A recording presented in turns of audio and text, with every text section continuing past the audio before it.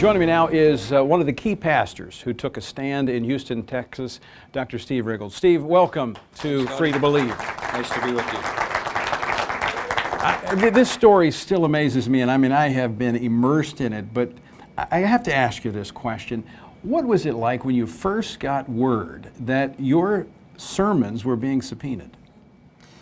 Well, I think the first thought I had is, I don't know that I knew the mayor would go that far, but I just thought this is a little crazy. Yeah, to say the least.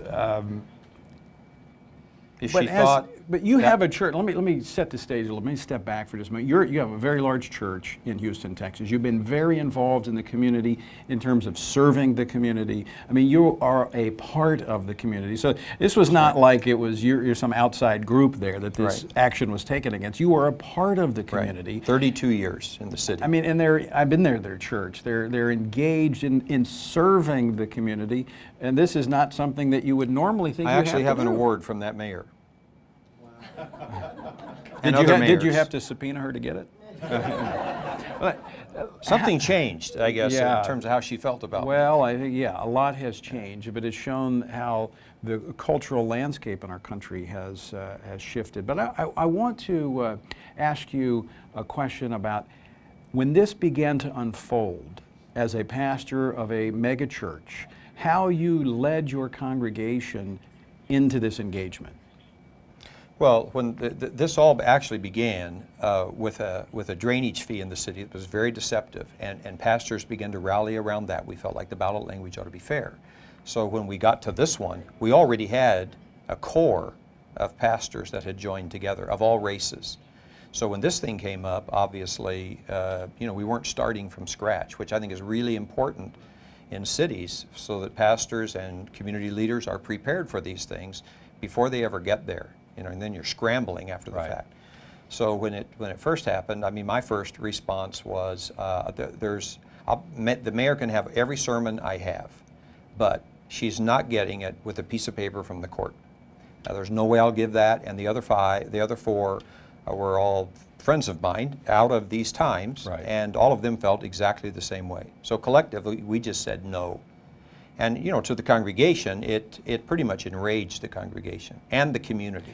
And the nation. And the nation. Because I know within just about a 2-week period, we were able to pull together one of the largest events we've ever done in the history of the organization. Over 500,000 people joining on a Sunday night at I Stand Sunday. And as I've told you before, organizations like ours that defend religious freedom, that come alongside the churches in their mission to equip the saints for the work of the ministry, we couldn't do it unless there were pastors like you standing up. Well, one of the very significant things that brought pressure was Family Research Council, your leadership in spreading the word and causing the outrage in the nation. If no one ever heard of us, it wouldn't matter, right? Yeah.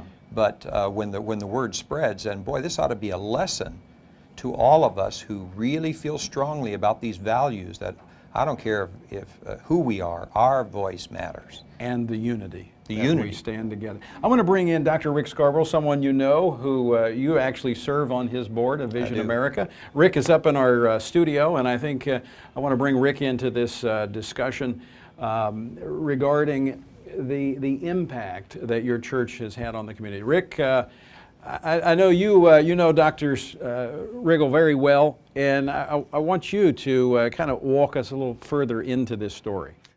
Well, I will. Steve is a very close personal friend. We've fought a lot of battles together. The church I pastored for 12 years was about 10 miles from Steve's church there in Clear Lake.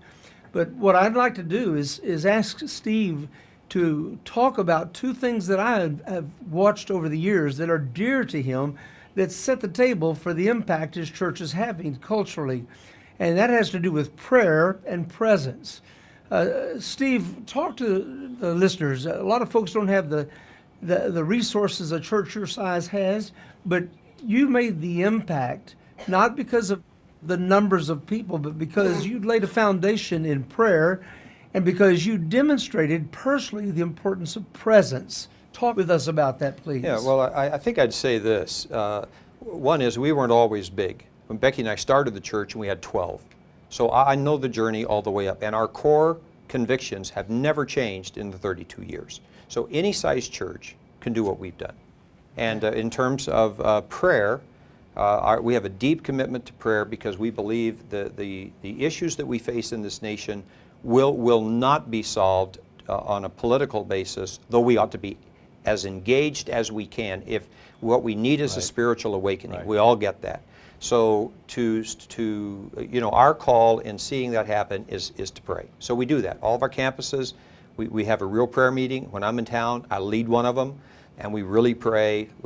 Sometimes we have a message. This week, the one I led, the whole hour and a half, 90 minutes, was spent in the congregation in engaged prayer. So I would encourage every pastor in the country. We always say we believe in prayer, but let's get a praying army going all across this nation, really crying out to God. Remember, in Sodom, the Bible says the cry of wickedness reached the heavens. That's why heaven came down to see if it was altogether true. So, and the cry of 10 righteous would have been louder than the cry of the whole city of Sodom, of wickedness. So let's make sure the cry of righteousness. And then in regard to presence, I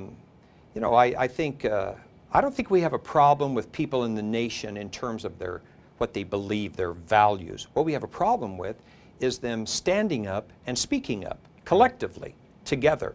So what happens then is we're divided, and we have all these people who seem to speak for the majority. And so, one of the things that early on in issues, when there are issues like this that I say, is they're not speaking for me. I'm going to speak for myself. And I want our congregation to speak up, and I've taught our congregation that. And so what you saw in Houston is you saw a city speak up. That can happen anywhere in this nation. But it takes leadership. It takes some leadership. It does. Rick, I know you've been through this in your years of ministry, but I want to ask you about the pastors and churches out there that maybe are on the fence about, I don't know that I want to get too involved in this. I'm just not sure. What would you say to those churches about the times in which we live and the fact that we see that things are not really the way we're told they are, and what people see and what the media tells them is actually not the truth?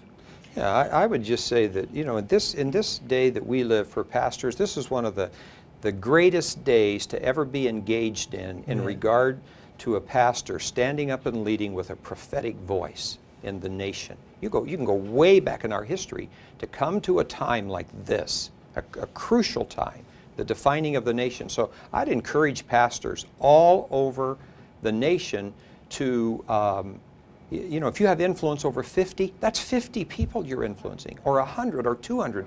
So what if you combine, there's about 300 and some thousand places of worship of all kinds. So even if 100,000 pastors, particularly those of you that are young and younger, and I'd encourage you, don't sell out to this hour that you just go along, or somehow you have to water down this message. What we're standing for are moral values. These are not politics. These are godly values, transcendent biblical truths. values, and they transcend generations. Yes.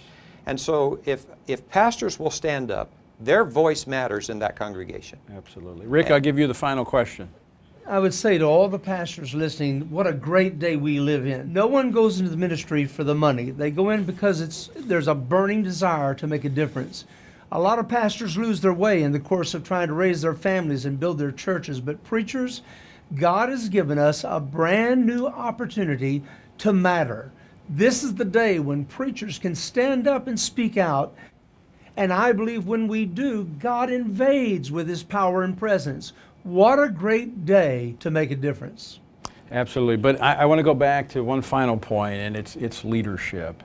And you exhibited that leadership in Houston, along with the other pastors that you'd built relationships with. As you said before, these relationships were pre-existing. And this is what we call our watchman pastors to do, is to pray, as you have been doing for years, to preach, which you've been doing, and partner with other pastors, which you've been doing. And when that time of testing comes, you stand together, and the people will follow. They will.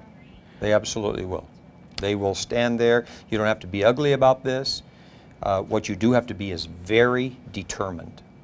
And if the pastors will be that, It'd be amazing, an army start following. If it can happen in Houston, Texas, the nation's 4th largest city, I believe it can happen anywhere. I believe that. Pastor Steve, thanks so much Thanks, for being Tony. here today. God Thank bless you. you.